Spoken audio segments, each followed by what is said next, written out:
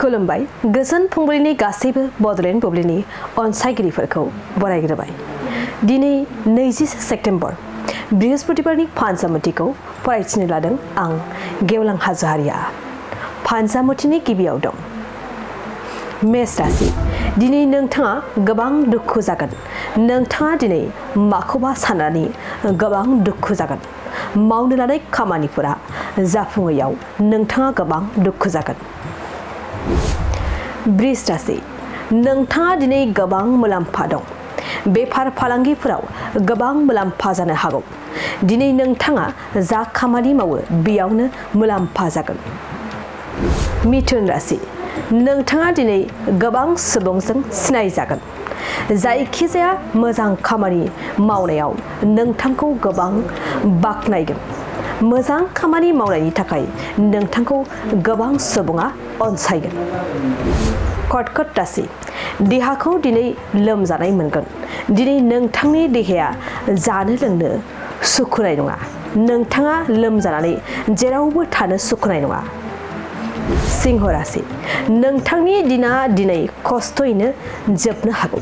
जायखिजाया खामानिखौ नोंथाङा खस्थ'नि गेजेरजों मावफुंनो नाजागोन। नोंथाङा दिनै खस्थ'ब्लाबो जायखिजाया खामानिफोरखौ मावगोन। कन्या राशि। दिनै नोंथांनि सुथुरफोरा खमायगोन।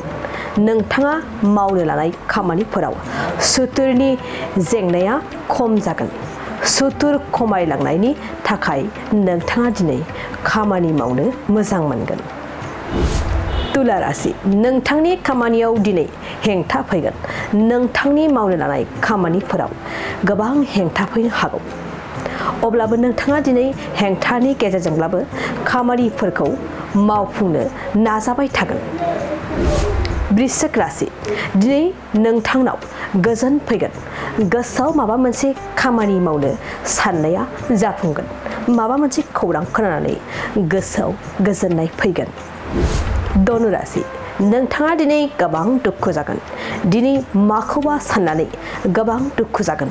मावनो लानाय खामानिफोरा जाफुङैयाव नोंथाङा गोबां दुखु जागोन। मकर राशि। दिनै नोंथांनि मोजां सम। नोंथाङा दिनै जायखिजाया खामानियाव दावगालांनो हागोन। खामानि मावनायफोरनि नोंथांनाव मोजां खौरां सौफैगोन। कुम्भ राशि। नोंथांनि दिना दिनै गोदाव सोरावैनो बारनो हागौ। खामानिफोराव गोसो जानाय नङा। जायखिजाया खामानि मावब्लाबो खामानिफोरखौ मोजाङै मावफुंनाय नङा। मीन राशि। नोंथाङा दिनै माखौबा लानानै असान्थि जागोन। न'खराव दावराव दावसि जानो हागौ। जायखिजाया मोजां खामानि मावब्लाबो गोसोखौ असान्थि मोजां मोननाय नङा। दिनै सानसेनि राशि फरायथिनायाबो एसेनोसै। आसा खालामो नोंथांनि दिनैनि साना मोजाङै मोजां थांगोन। बेखौ बड'लेण्ड बुब्लि नखरनिफ्राय मिजिंथिबाय। गोजोन्थों। चिराङाव सावस्रि सिबिथायनि थाखाय मोनसे मोजां फाहामथायनि राहाखौ लानानै फैदों एसटि क्लिनिकआ। आथिखालाव सुबुंनि देहायाव नुजाथिबाय थानाय डायबिटिस बेरामनि थाखाय मोजां फाहामथाय होयो एसटि क्लिनिकआ। चिरां जिल्लानि SBI काजलगाव ब्रान्चनि लांगोनायाव फसंनाय एसटि क्लिनिकआव डायबिटिस बेरामनि अनगायैबो फाहामथाय होबावगोन लिभारनि जेंना आरो माखासे सरासनस्रा बेमारफोर।